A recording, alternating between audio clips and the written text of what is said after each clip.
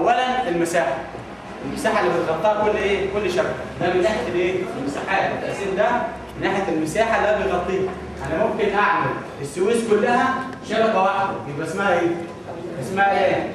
طب انا ربطت السويس بالقاهره، طلعت بره، خلاص ربطت جمهوريه مصر العربيه كلها، المدن اللي فيها كلها مع بعضها بشبكه واحده، لا تبقى مان برضه. لحد دلوقتي احنا عملناها مان زي شبكه الفيديو كونفرنس تبع للوزاره، لكن هل هي بتبث لاي دوله بره؟ لا، يبقى انا كده عملت مان. خلاص؟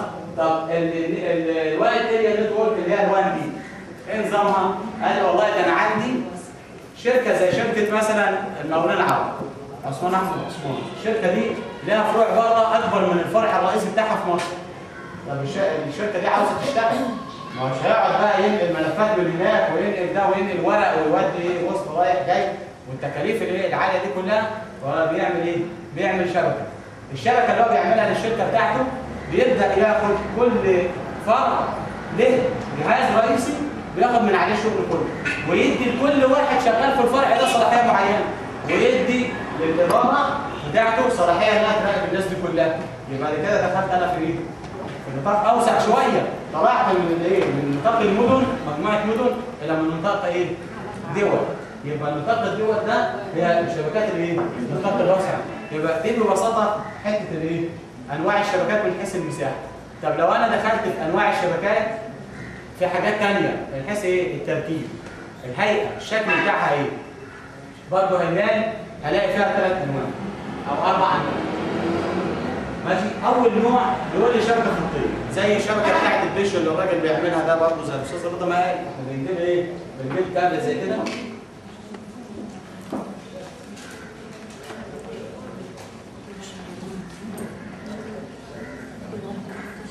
بنجيب كابل الراجل زي ده كده ويبدا يوصله. الكابل ده اسمه كو اكس، طرفين بس. معنى ان هو طرفين بس بمعناها نوع الاشاره اللي جوه تختلف عن لما يبقى كابل زي الكابلات العاديه دي، اللي هي الكابلات الثانيه دي اللي هي 8 اطراف. طب امال ايه الفرق؟ احنا كلنا عارفين حاجه في الاشاره، بنقول في حاجه اسمها انالوج وحاجه اسمها ديجيتال. خلاص؟ ايه الانالوج وايه الديجيتال؟ الانالوج ده الاشاره بتاعتي اللي هي ماشيه متسلسله ورا بعضها كده، بتزيد وتقل، ترددها يختلف. ماشي؟ طب امال ايه الديجيتال؟ الديجيتال دي ان هو بيبعت لي اشاره يا اما جهد عالي يا اما جهد منخفض، اشاره مربعه كده، نبضات.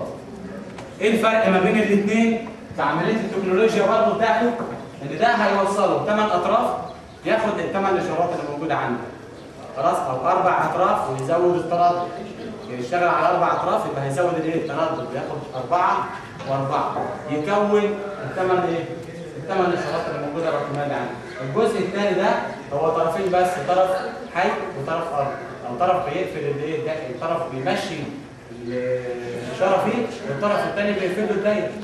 العيب في الطريقه دي العيب في الطريقه دي ان الحاجز او الضغط بتاعه يكون ضيق شويه، والتردد بتاعه اقل، فالسرعه بتاعته هتقل. خلاص؟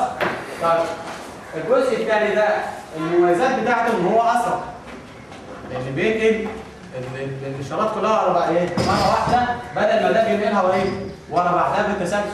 يعني لما يجي لي ال8 دفعات مره واحده، زي بالظبط لو انا عندي حنفيه كبيره يعني، او ماسوره مثلا نص بوصه وماسوره ثانيه 3 بوصه، هل دي هتنزل نفس كميه الميه؟ نفس الفكره بتاعت الاشاره الكهربائيه، ده طرفين فهيمشي الاشاره بالتسلسل ورا بعضها، ويقعد يستنى الجهاز يستنى لما يجمع الاشاره كلها على بعضها ويبدا يتعامل معاها رقمي. يبقى في الجزئيه دي هيستخدم اللي هو المودم او كارت الشبكه بتاعه، او كارت المودم بتاعه، هياخد التعديل ده ويغيره من انالوج او انالوج الى رقميه ديجيتال. طب امال الجزء ده هيعمل ايه؟ ده هياخد ديجيتال مباشر على الجهاز، لان 8 اشارات رقميه داخله على طول مباشر.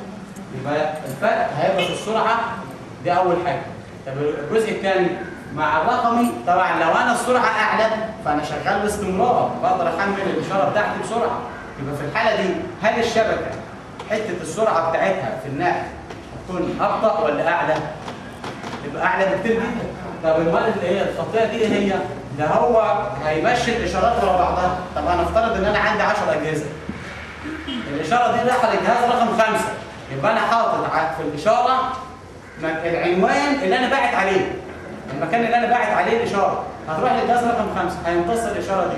طب الاشاره دي في بقيه السكه هتروح فين؟ هنيجي بقى نشوف الايه؟ الجزء اللي هي الشبكه الخطيه دي، او اللي هي الايه؟ اللي هي شغاله على الايه؟ على الكابل ده، وادي الوصله اللي احنا كنا بنتكلم عليها اللي هي الايه؟ المشترك، اللي بيوصل بقى ادي الطرف برضه الطرفين بتوعها، ويبدا ياخد الخط الايه الثاني. يبقى هو قطع السلك اهو، وهيكمل بقيه السلك في الطرف ده وياخد الطرف الثاني. نعم. اسال. ايوه زي بتاع السيشن بالظبط، هو